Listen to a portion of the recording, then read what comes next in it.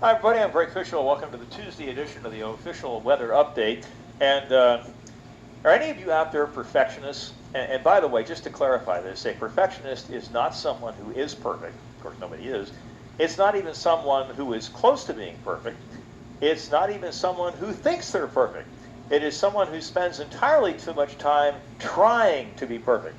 And that is the bugaboo that hit me today. And you know, that's one of the advantages of the television industry is that the deadlines are non-negotiable.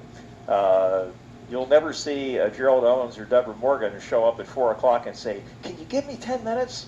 You just come back at 4:10, and then we'll give you the news." You know, ain't going to happen. Never has, never will. And so maybe I need to figure out a way to artificially impose those kinds of standards on myself. All right. So on our weather map, you can see our little tropical storm, actually a pretty big tropical storm, and the pressure is dropping pretty quickly in the middle of this thing right now. So this may be becoming a hurricane even as I speak. And if they do classify it as such later on this evening, I will certainly update you at least via text on that information. All right, so let's go on ahead now and move on to the tropical weather outlook. And there it is.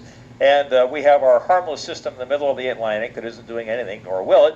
And then you have Tropical Storm Nicole, which again may be on the verge of becoming a hurricane even as I speak. The satellite imagery, the cold cloud tops are not as cold as what we see during the core of the hurricane season, but they're still cold. When you see those little periodic yellows and oranges and reds showing up, those are pretty cold cloud tops, and the only way they can be that cold is if they extend high up into the atmosphere. And so that's the usefulness of the infrared imagery. There does appear to be some drier air that is trying to wrap in on the east and north sides here, and you would think that that might inhibit it from intensifying, but at least at this point, that does not appear to be the case at all. Tropical Storm Nicole, this is the 4 o'clock advisory, 27.5 north, 73.7 west, 395 east of my old stomping grounds at West Palm Beach. Max sustained winds 65 miles per hour. I would not doubt if it's close to hurricane force now. Movement to the west at 10, and the minimum pressure at 4 was 990, but I just looked at the latest recon, and it looks like it's down to 980, so it's dropped another 10 millibars just in the last few hours. And so it's going to be interesting to see what the next advisory shows.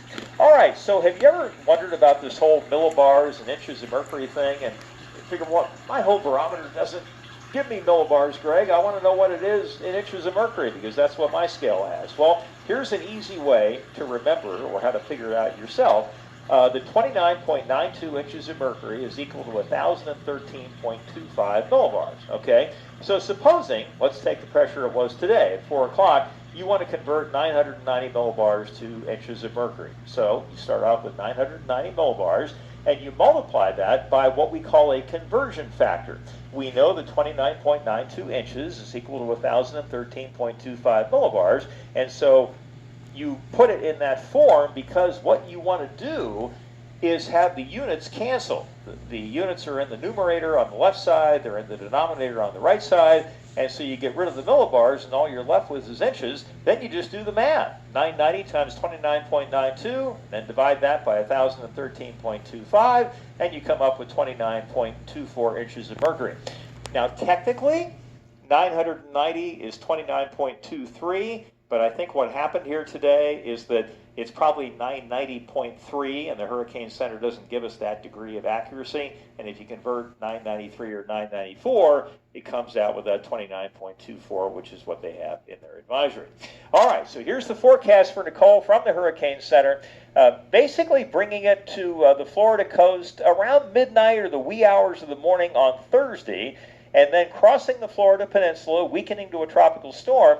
And the trend has been for this thing to go farther and farther west, which means the rainfall amounts in central and eastern North Carolina may not turn out to be as big as earlier thought. It may be like a 1 to 2 inch event for much of our area, and the heavier amounts being off toward the west and then also along the coast. Here are the National Hurricane Center spaghetti plot models, and you can see it's pretty tightly packed, especially until it gets into the middle of Georgia. There's a little bit of spread as you head into the Carolinas and points north, but it's a pretty agreeable track. And the European ensemble is doing the same thing. You don't see any changes in the colors there, which indicates that it doesn't think there's going to be any great change in intensity, although, again, from what I've seen this evening, you could make an argument that, at least in the short term, that's not true. But you can see that, again, it takes it off toward the west, and then the west-southwest, then the west, then the west-northwest, and then it recurves and heads northeast across the eastern part of the United States. Now, the windy.com website has a little bit of a cool feature here where it basically creates a cone, not just from the Hurricane Center, but also from the European model. And so the cone here, and I know it's impossible for you to see these town labels. Again, that's the only thing I don't like about this site. But the cone of uncertainty runs from just north of Cocoa Beach down to about Fort Lauderdale. And the middle of that cone is going through, let's see, where is that there? Around Port St. Lucie. Must be on Metspat, because that's where their spring training facility is. Now, if you take a look at the cone of uncertainty from the National Hurricane Center, it's a little bit farther north and actually has the cone all the way up to around Jacksonville, Florida, down to as far as Palm Beach. So it'll be interesting to see what happens here in terms of the overall trend. But it does appear like each run is just a little farther north than the one before that, which is great news for Palm Beach because it means that their winds are going to be offshore, and it's not as good news for coastal areas farther north in Florida because that means they're going to get the strong winds and the onshore flow. Here is the regional visible satellite loop. What a beautiful day across our area today with all the cloud cover, or at least most of it offshore. Just a little bit of low-level cloud cover up in the Outer Banks area. And this is a forecast of the total rain the next 5 days from the Weather Prediction Center up in Washington, D.C. And again, we are, at least Raleigh is about in here, and so you can see the lighter amounts in eastern North Carolina, and then the core of the heaviest rain staying to our west. And so, again, the farther west the track is, the more that is likely to be true. And then, of course, you get heavier amounts right along the coast, especially the southern coast of North Carolina. So all of this should come into greater focus as we head into tomorrow.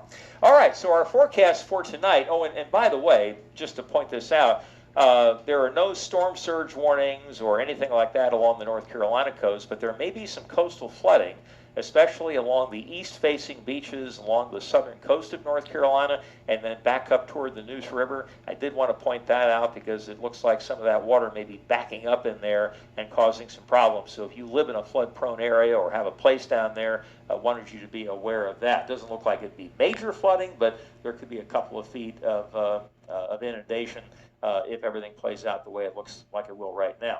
So for tonight, mostly clear, 44 with a northeast wind at 5 to 10. Few clouds coming in late tonight. We'll call it partly sunny and breezy tomorrow, about 62 for the afternoon high with the northeast wind at 10 to 15. Then the rain comes in tomorrow night, not tomorrow night, I'm sorry, on Thursday night.